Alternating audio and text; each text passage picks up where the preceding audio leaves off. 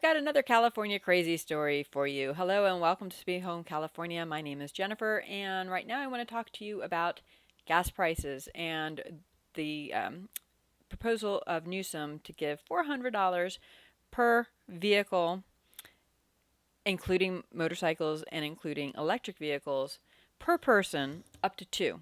So if you and your husband jointly own two vehicles, then you would get $800. If you own two vehicles and your spouse owns two vehicles individually, then that could be up to $1,600. It is an election year. I'm sure that has nothing to do with it, but according to what I've read, there isn't any sort of income requirement on Newsom's plan. However, the California state legislature does have some other thoughts on that. But instead of giving out all that money, how about we incentivize and provide more permits for us to get some more oil out of the ground? Kern County is the number 7 producing county in the entire country for oil, and number 1 in California. So we need to get the stuff out of the ground rather than continuing to put government subsidies into this, because I don't know if you realize this, but generally whenever the government pours money into something, it doesn't bring the price down. It brings the price up, because why give up the money? It happens in education, it happens in medicine, and it's going to happen with gas. So anyhow, let me show you the LA Times article on this. Up this screen here. And he plans to spend $750 million in grants for free or substantially reduced public transit fare, but the remaining amount of that money, of that $11 billion, is going to go to people who have cars. He is up for re-election this year. I'm sure that has nothing to do with it, though. And it would cap payments at $800 for any person, so it's not even a household. So if I own two cars in my name and my husband owns two cars in his name, then I guess theoretically we could wind up with $1,600. Yeah. So it says, though households with multiple vehicles registered to different family members could receive far more than that amount. So yeah, that's what would happen. I guess that's our fault for having cars registered. Well, actually, we only own two cars, so it wouldn't make any difference anyhow. But anyhow, for those that may own more than that, you have kids in the family, make sure you got things registered just to individuals instead of jointly. And he says that Newsom's said the state is taking, quote, immediate action, get money directly into the pockets of Californians who are facing high tax prices. Average price in California, as of when this was written, was $5.87, but I think it's more than that now. This was written back in March 23rd, and it is subject to approval by the state legislature, which has come up with their own plan. So their plan is, let me see if I can find that real quick. I don't have it up here real quick, but I read it. Their plan was to make sure that the top 10% of earners in California were excluded, and to allow for some sort of a monthly stipend for gas. But again, it isn't going to be producing more oil. It's going to be trying to just give more money. Well, I think we've all seen what happens when the government gives more money to something, the prices go up. I'm the mom of a graduating senior in college, and I can tell you college is crazy expensive compared to when I went to college. And I believe it's a direct result of all the grants and all the federal loans, all the federally subsidized loans that are being given out there. Because what incentives do colleges have to control their costs if the government's giving away free money? And that's exactly what's going to happen with the gas. You give free money, the gas prices are going to continue to stay very high. And Congress isn't helping that at all. So here is a plan for Congress, which right now, of course, is Democrat-led, and that's to give $100 a month to any state that has more than the national average, which is only going to make sure that that national average continues to go up. So it says here, will Californians get $100 a month in gasoline rebates from Washington in addition to the gas relief money state officials want to send to consumers? So Congress is considering okaying a federal gasoline stimulus payment for $100 per month per person and $100 for each dependent. The money would go to most people in areas where national average gasoline prices are more than $4 a gallon. Those areas would include California, where the Friday average was $5.90 a gallon, by far the nation's highest state price. But it is subject to income limits, so it would be for single tax filers earning less than $70,000 would get the $100, and it would be phased out for those earning up to $80,000. Now that's single tax filers. For joint filers, it would be $150, and it would be phased out by $160,000. Qualifying Californians would receive both state and federal payments. And here is the article talking about Kern supervisors unanimously requesting Newsom to approve more oil permits. This was dated March 15th. I've looked, there's not been any approvals on that right now. I know that Kern is suing the state to try and get more oil permits approved. This is an article here talking about how Kern County in 2019 was ranked number 7 oil producing county in the nation that yields 119 million barrels of oil and 129 billion cubic feet of gas annually. This amount represents 71% of California's oil production and 3% of the total U.S. oil production. And the Kern County produces 78% of the state's total natural gas production. And then there's this image here showing where we stand. So number 5, there's a county in Alaska that produces more. Number 3, in Colorado, there's a county that produces more. Texas has the number 4 county. The number 1 county is in North Dakota. So it seems like, the United States has a pretty diversified area of oil producing. It's not just in Texas where you think of Texas being an oil producer or Alaska being an oil producer. California, as green as we like to be, is a major oil producer, but they are trying to tamp it down by, again, not allowing these permits to go forward. And, I am already here. Okay, so Biden, his plan, again, not to produce more oil, but his plan is to release 1 million barrels of oil a day from the U.S. Strategic Reserve.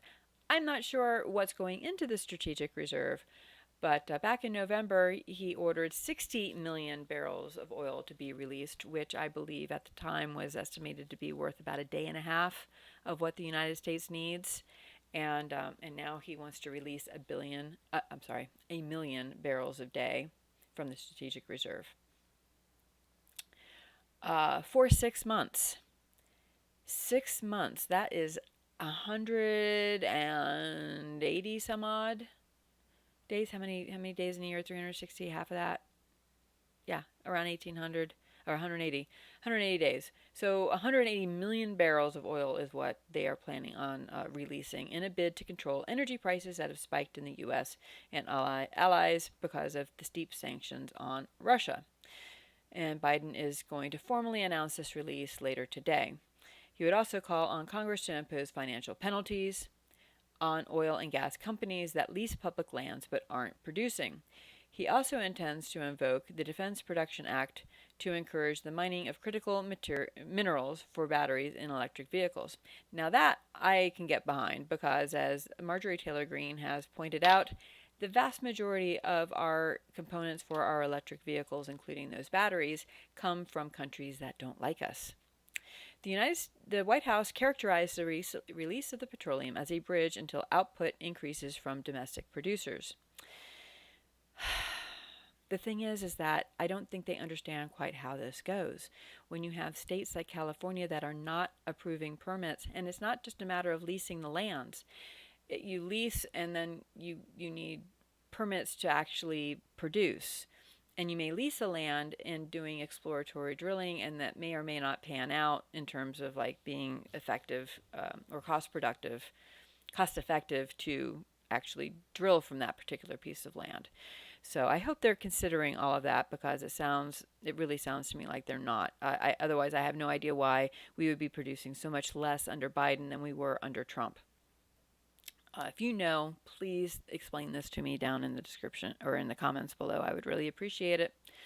The administration officials estimates that the average production will grow by 1 million barrels a day this year, an additional 70,000 barrels daily in 2023. The move by Biden shows that oil remains a key vulnerability for the U.S. at home and abroad. Higher prices have hurt Biden's approval ratings domestically, while also adding billions of oil export dollars to Russia as it wages war in Ukraine. The release of reserves in the U.S. would create pressures that could reduce oil prices, though Biden has already twice ordered releases from the strategic reserves without causing a meaningful shift in oil markets, because it is a drop in the bucket compared to what we actually use. You need to produce more. And I know he's saying that he wants more to be produced, but what are the individual states and what are his EPA regulations actually encouraging versus what their lip service is? Part of Biden's concern is that high prices have not so far led to meaningful jump in oil production. Yeah, again, probably because of other factors. Please let me know in the comments what you think those factors are. The planned release is a way to increase supplies. Well, God forbid that. I have no idea how much we have in the strategic oil reserve or where all this stuff is being stored, but my understanding is that oil does degrade over time. I know that refined gasoline does. I don't know if the actual oil does, at what point it degrades. Obviously, they take it out of the ground. It's been there for millions of years. But for some reason, refined gas does degrade over time if you don't have stabilizers and things in it like that. Diesel, on the other hand, I hear can be stored, for longer than gasoline can. So markets reacted quickly, with crude oil prices dropping more than 3% Thursday morning to roughly $104 a barrel. Still, oil is up roughly $60 from a year ago, with supplies failing to keep up with demand as the world economy has begun to rebound from the COVID-19 pandemic. $60 up from roughly $60 a year ago. So that's at least 40% higher. It's a lot. The U.S. uses about 21 million barrels of oil daily, with about 40% in the form of gasoline, according to the U.S. Energy Information Administration. Domestic oil production is equal to more than half of the country's usage, but high prices have not led companies to return to their pre-pandemic levels of output. You might also read that as has not returned to their Trump levels of output, because I think it may have a lot to do with who's in the administration and not just about the pandemic, though I'm sure getting people to work is also a challenge. I know that here in California, they are starting jobs at In-N-Out Burger at $17 an hour. $17 an hour. That's incredible. How can anybody afford to eat at a place that is paying their employees $17 an hour? People are going to stop going out to eat, and then all those people are going to lose their jobs, and the place is going to close down. Republican lawmakers have said the problem rests with the Biden administration being hostile to oil permits and the construction of new pipelines such as the Keystone XL. Democrats have countered that the country needs to move to renewable energy such as wind and solar that could reduce the dependence on fossil oils and Russian President Vladimir Putin's leverage. Oh my goodness. So oil producers have been more focused on meeting the needs of investors and consumers, according to a survey released last week by Dallas Federal Reserve, with about 59% of the executives surveyed said that investor pressure to preserve capital discipline amid high prices was the reason they weren't pumping more, while fewer than 10% blamed government regulation. So this is saying that that the executives themselves are saying that investors are encouraging them to preserve capital discipline because, it costs a lot of money to get oil out of the ground. And there is a lot of pressure on the oil companies, uh, that they put all this money into it and then things change, and then all of a sudden you may wind up losing your investment on that. So I can sort of see that. Plus, when you have like the expenses, you don't have the Keystone pipeline going on, so then your expenses to move oil is that much more expensive. So anyhow, I'm interested though that they say that only 10% blamed government regulation. Let me know what your thoughts down are in the comments below. I'd appreciate it. The steady release from the reserves would almost close the domestic production gap relative to February 2020 before the coronavirus caused a steep decline in oil output. Let's see. According to the Department of Energy, which manages the Strategic Oil Reserve, it has more than 568 million barrels of oil were in the reserve as of March 25th. So if they're going to be releasing 1 million barrels a day for 6 months, then that is going to put a severe dent into the strategic reserve. And God forbid that we actually get into some sort of kinetic war with Russia.